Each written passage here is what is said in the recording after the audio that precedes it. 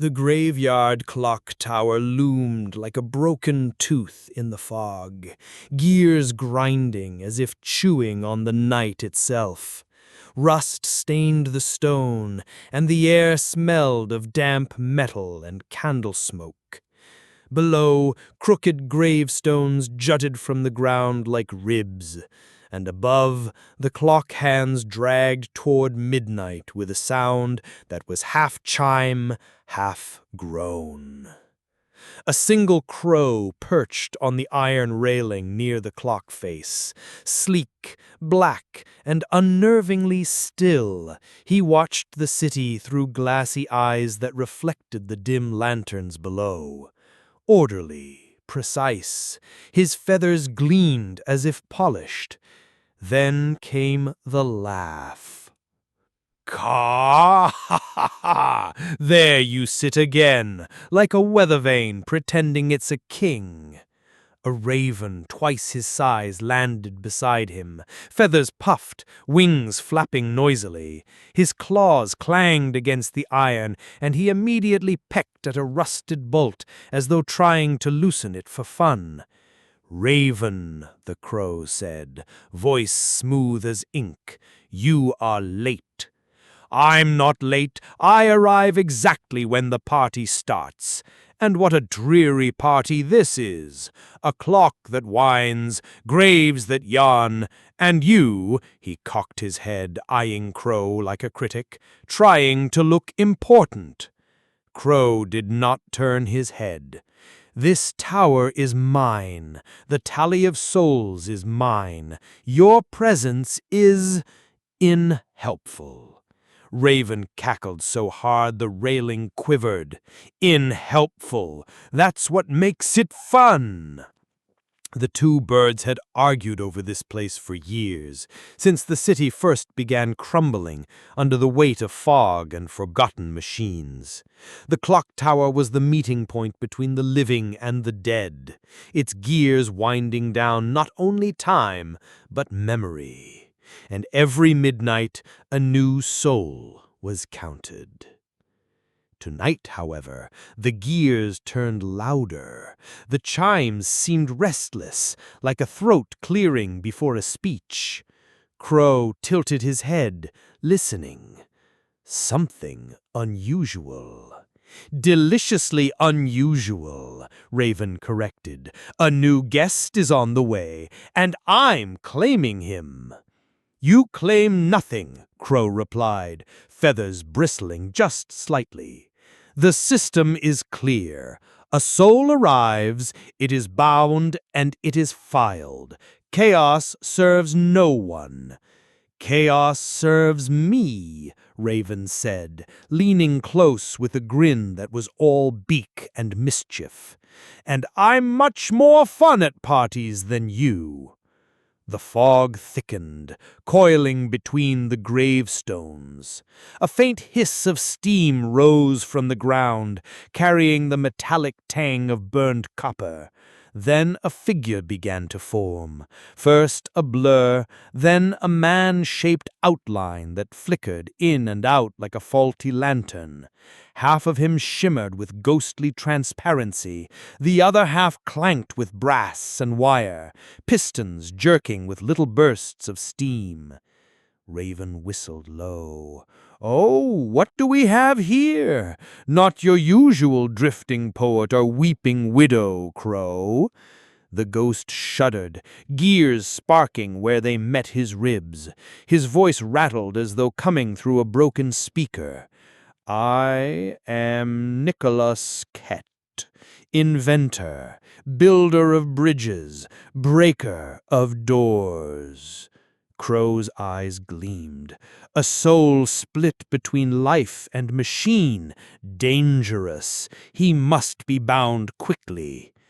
But Raven spread his wings wide, casting a hulking shadow across the clock face. "Or we let him run free. Imagine the chaos he'd cause in the city below. Machines waking themselves up, coffins open just to stretch their legs. I like him already." Ket's ghost turned his burning eyes to them both. You want to bind me or free me? Perhaps I should decide who is worthy to carry me. Crow shifted on the railing. Souls do not choose. That is not the order of things. Then let's break order, Raven boomed. Let him choose. Let's make it a game of it.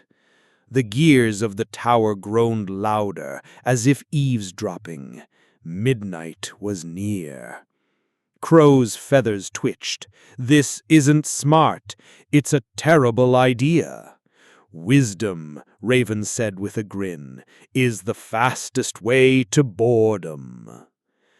The ghost inventor raised his hand, and the air split with sparks.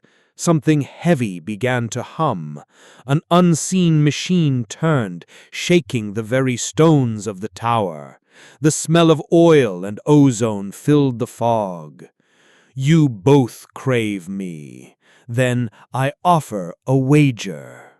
Ride my machine without losing yourselves. Whoever endures its rhythm, I will choose. But whoever wins must carry what I leave behind. Raven's beak split in a grin. I adore wagers. Crow's feathers lay smooth, but his voice thinned. State the terms. Ket lifted his ruined hand. The clock tower's gears jerked, then whirled. Fog sucked inward. Steam screamed from the seams of stone, and the great pendulum began to swing faster. Tick, tick, tick, tick, until the sound was one long blade. The air folded. Crow and Raven were yanked into the humming heart of the machine, flung through a tunnel of spinning teeth and brass veins. Time strobed. A street below them lived, crumbled, lived again. Names on gravestones wrote themselves and then unwrote. A child laughed backward into a cry. Delightful, Raven shouted, tumbling wings wide. Count, Crow muttered, forcing stillness against the current. He pinned the rhythm in his mind. 4 short, 1 long. 4 short, 1 long. A pattern. Order in the storm. The machine bucked. Vision struck like hail. Crow saw a future where he held every ledger and locked every door. The city quieted under his flawless rule. But in the silence he felt a hollowness. Every surprise smothered, every song reduced to a march. He faltered. Raven flew the edge of a whirlpool, cackling at the danger, drinking in the chaos. Another future unrolled, streets boiling with prankish wonders, until laughter turned to panic and then to the heavy hush of desperation. Too much wildness, and the city broke. His grin trembled. "Hold!" Crow shouted over the scream of gears. "On what? There's nothing steady."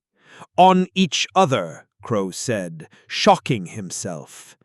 Raven blinked, then angled his wing to slice a gust away from Crow. Crow shifted to give Raven a pocket of calm. They flew like cogs interlocked, one riding the surge, one naming the beat. The machine's fury found no single point to throw. Each time it tried, the other steadied the fall. Ket's voice came thin and everywhere. You do not race the clock, you become it.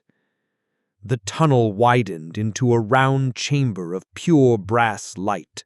The ghost hovered at its center, ribs ticking. In his chest, a small device whirred like a trapped heart. "Choose," Crow said, breath even now. "I have already chosen."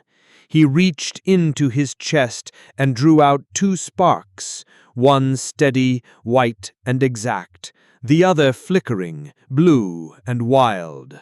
No single wing can bear this burden. Take my halves. The sparks shot into the birds. Crow felt a weight as a tiny mechanism settled under his right wing, clicking in quiet, perfect counts. Raven felt a heat, a restless ember coil beneath his left wing, eager to leap. For a pulsing instant, they were inside each other's sight. Crow glimpsed the thrill that made Raven brave. Raven saw the net of numbers that kept Crow true. The light snapped shut. They slammed back onto the iron railing as the tower shuddered to stillness. The pendulum returned to its slow arc. Fog spilled out again, soft and ordinary. Below, the city breathed. Cat hovered by the railing, thinner now, edges loosening like thread. "My work lives where you do," he said. "Keep the rhythm. Don't let the city drown in order or burn in chaos." Raven shook himself, feathers rattling. "So we both won, or both lost?" Crow smoothed the wing over the faint, hidden tick now living there. Both were chosen. Ket smiled with what face he had left. That is the better word. He faded into steam, which then folded into fog, and finally the night enveloped him. For a while neither bird spoke. The clock chimed midnight. The sound rang clean, as if it had been scrubbed. Raven finally broke the quiet. "Admit it," he said, nudging Crow with his beak. "You needed me." "I needed a counterweight," Crow replied. "There is a difference." Raven laughed, pleased anyway. "And I needed a metronome. Otherwise, I'd dance myself into the pit." They looked out over the city. Lamps winked like patient stars. Somewhere a workshop door sighed as if relieved. Under Crow's wing the small device kept time. Under Raven's the ember warmed, ready to flare at the right moment. "So," Raven said, "partners?" "Hardly," Crow said. "We are—" He searched for a word he disliked less than team. "Impliged." "Impliged together," Raven translated, satisfied. "Sounds like trouble, the good kind."